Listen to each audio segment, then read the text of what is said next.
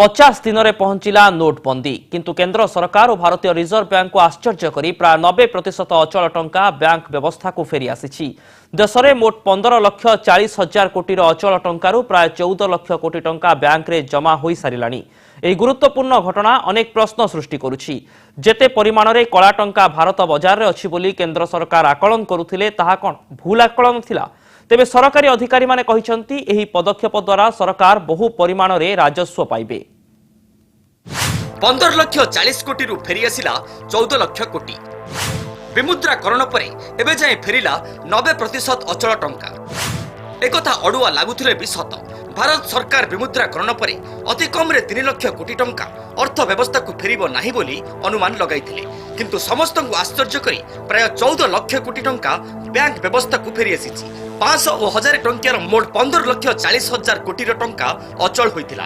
अचल टंकार 90% टंका अर्थव्यवस्था को फेरी आसिबा परे भारतीय रिजर्व बैंक पक्षरु भारत सरकार को जो बड़ धरणर लाभांश मिलिबार आशा थिला ताहा मौली जाइछि।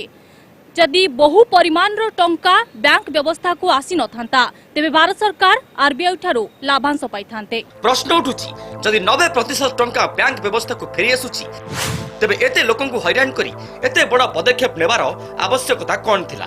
किंतु सरकार को कहबा कथा हेउछि एहा द्वारा केंद्र सरकार बहु परिमाणर टंका टैक्स आकार रे पाई परिबे। कहा जाउछि कळा टंका धळा होई बैंक को फेरी आसीछि।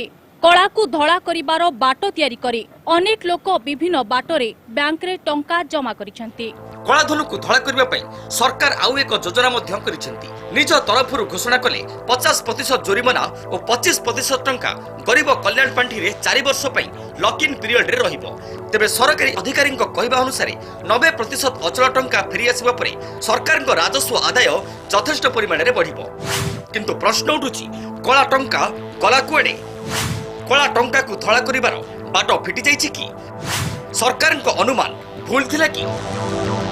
रिपोर्ट कनक न्यूज।